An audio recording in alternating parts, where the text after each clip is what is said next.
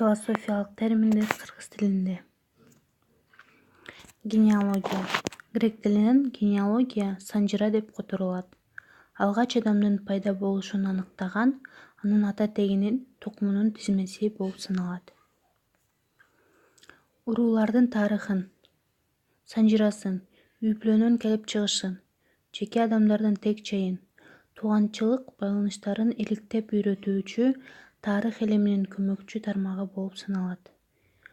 Генеалогия биологияда жаныбарлардын жана өсүмдүктөрдүн келип чыгышын үйрөтөт. Генеалогиянын белгилери илгери эле болсо да, илим катары болжол менен 17-18 кылымда калыптанган. Социалдык түзүлүштү жана уруулардын тегин үйрөтүүгө негизделген орто кылымдагы тарых сабагы болуп саналган. Ал эми философияда генеалогия бул социалдык маданий көрүнүштөрдүн өзгөрүлбөстүгүн танган классикалык эмес ыкма болуп саналган. Генеалогия Ницше тарабынан киргизилип, кийин Фуко андан ары өнүктүргөн. Генеалогия өзүнө адамдын реалдуу денелик көрүнүшүн, белгилүү шарттарын камтыган конкреттүү себептерин көпчүлүгүн камтыйт. Ницше моралдын тарыхый сызыктуу өнүгүүнүн алкагында көрсөткөн анын бардык тарыхын пайдалуулукка алып барган утилитаристтик тенденцияга каршы чыккан.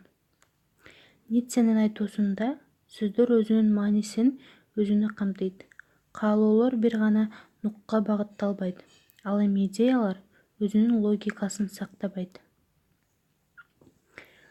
Тил менен каалоолордун дүйнөсүнө кол салуу, күрөш, байкатпоо жана куулук тааныш. Генеалогия окуялардын укмуштуулугун бир маанилүү натыйжасынан көз карандысыз түбөлүккө калтырат. Генеалогия иш жүзүнө ашпаган же окуяга катышпаган элементтерди да таап чыгат.